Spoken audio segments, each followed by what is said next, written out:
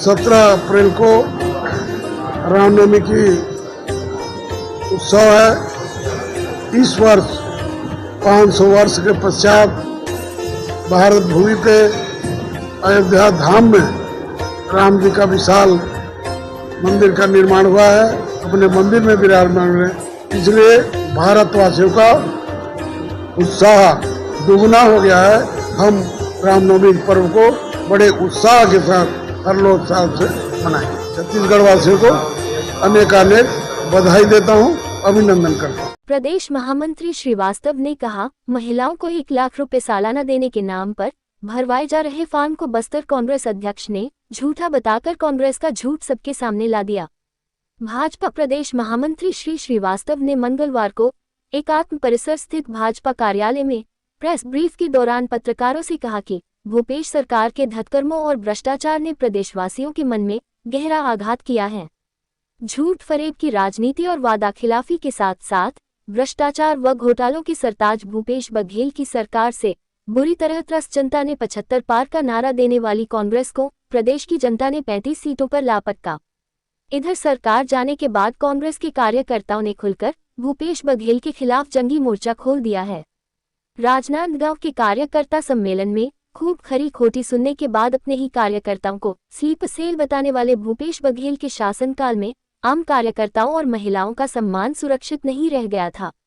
श्री श्रीवास्तव ने कहा कि कांग्रेस से बिलासपुर एवं जगदलपुर की महापौर क्रमशः वानी राव जी एवं सफीरा साहू ने कहा कि कांग्रेस की सरकार में महिलाओं का कोई सम्मान नहीं हुआ। महिलाओं से किए गए सारे वादों से कांग्रेस मुकर गई। महिलाओं को 500 देने की बात, 400 में सिलेंडर देने की बात, महिला स्व सहायता समूहों के कर्जा माफी की बात कोरा झूठ साबित हुई। बस्तर कांग्रेस के अध्यक्ष ने साफ किया, कांग्रेस जो फॉर्म महिलाओं से भरवा रही है वो फर्जी है। श्री श्रीवास्तव ने कहा कि इन दिनों कांग्रेस के पास कोई मुद्दा उठाने को नहीं बचा है, तो वह केवल जनता को भ्रमित करने का प्रयास कर रही है। पिछले कई दिनों से हम सब देख रहे हैं कि कांग्रेस के नेता गली गली जाकर महिलाओं को भ्रमित कर रहे हैं और फॉर्म भी भरवा रहे हैं। अब इसी फॉर्म को बस्तर कांग्रेस के अध्यक्ष फर्जी बता रहे हैं। इससे सिद्ध हुआ कि फॉर्म भी फर्जी है और जो कांग्रेस के नेता ये फॉर्म भरवा रहे हैं वह भी फर्जी है। श्री श्रीवास्तव ने कहा कि जनता ऐसी फर्जी लोगों को विधानसभा चुनाव में करारा सबक सिखा चुकी है और अब लोकसभा चुनाव में भी सबक सिखाने जा रही है। आपको याद होगा, एक लाइन और मैं कोट करूंगा कि सरकार जब बनी थी 2018 फिर 19 जो प्रारंभ हुआ, उस समय भी शुरुआती दौर में आपको याद होगा कि हर एक महीने के अंदर में पूर्व मुख्यमंत्री जी माननीय मोदी जी को चिट्ठी लिखते थे। जब उन पर कोई बात आती थी कि ये करना है तो फटाक से केंद्र पर आरोप लगाकर एक चिट्ठी लिख देते थे।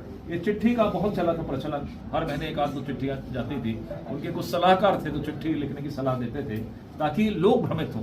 अर्थात आप छत्तीसगढ़ की जनता को ऐसा समझते हैं कि आप जो कह देंगे वो मान लेंगे। छत्तीसगढ़ की जनता समझदार नहीं है, ऐसा वो समझकर इस तरह की चिट्ठी लिखते थे।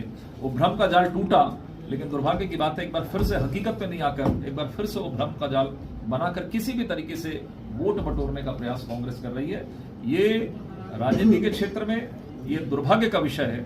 अपने संकल्पों के साथ में, अपने कामों के साथ में, अपने घोषणा पत्र के वादों के साथ में जनता की अदालत में जाना चाहिए। जनता यदि विश्वास करेगी तो आपको जिताएगी, लेकिन जनता को भ्रमित करके, जनता को छल करके कभी वोट नहीं लेना चाहिए, जो कांग्रेस अभी भी कर रही है। बड़ा दुर्भाग्य है कि 500 रुपए नहीं देने वाले लोग आज कहते हैं कि हम 8,333 रुपए देंगे, 1 लाख रुपए वार्षिक देंगे। ये बड़े दुर्भाग्य की बात है। बहुत बहुत धन्यवाद।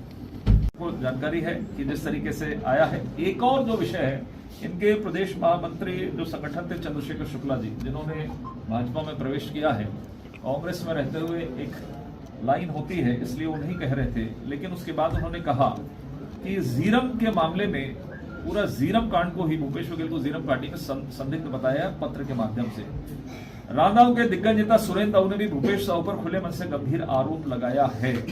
1 लाख रुपए सालाना का विषय मैंने आपको कह दिया है कि ये पूर्ण रूप से फर्जी है और जनता को भ्रमित करने का काम है। इसी फॉर्म को इन्होंने बताया फर्जी बताया है।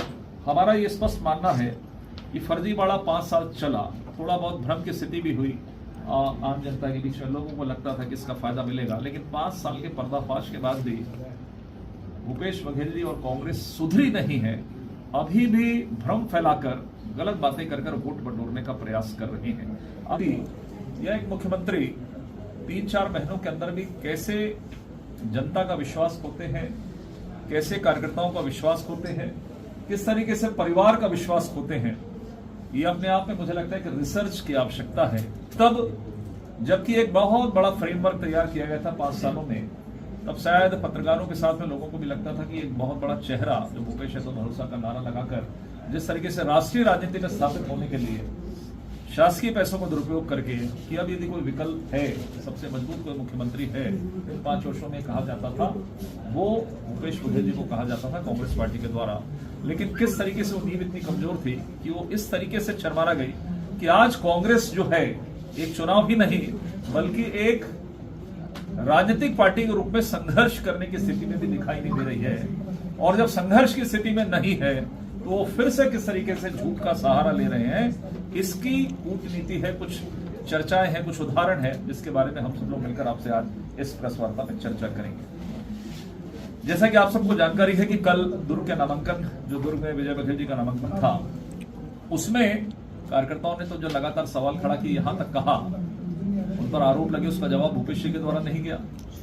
उनके पार्टी फंड का दुरुपयोग किस तरीके से किया गया, उसका जवाब नहीं आ पाया।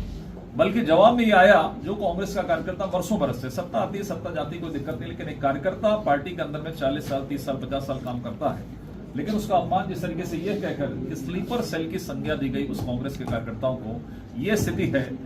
लेकिन मुझे लगता है कि जिसका विश्वास भी भूपेश बघेल जी को नहीं रहा होगा, कल ये हुआ कि उनकी भाभी सीमा बघेल जी ने भी कांग्रेस छोड़कर भाजपा में प्रवेश किया है। ये केवल सामान्य प्रवेश नहीं है जो आरोप लगते हैं कि हमने तोड़कर कर लिया है, दूसरों को करते थे तो आरोप लगता था, लेकिन परिवार के अंदर में ये है, ये विशुद्ध रूप से भाजपा की कार्यप्रणाली, काम करने का तरीका, माननीय मोदी जी की लोकप्रियता, माननीय मोदी जी का जो काम है उसके आधार पर प्रभावित होकर इस तरीके से सीमा बघेल जी ने, उनके परिवार के लोगों ने यहाँ पर भाजपा में विश्वास करके प्रयास किया।